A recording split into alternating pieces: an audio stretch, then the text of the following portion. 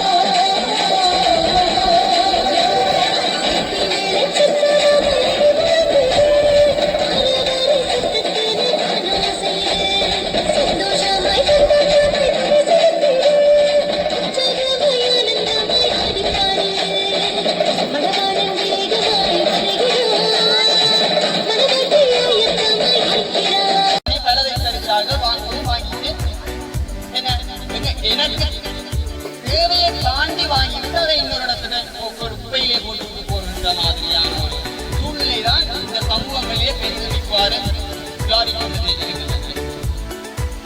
இப்போது நீங்கள் பார்த்திருக்கலாம், தேர்தல் பிரச்சாரத்தின் போது அதிக அளவான நோட்டீஸ்கள் அடிக்கப்பட்டிருக்கிறது.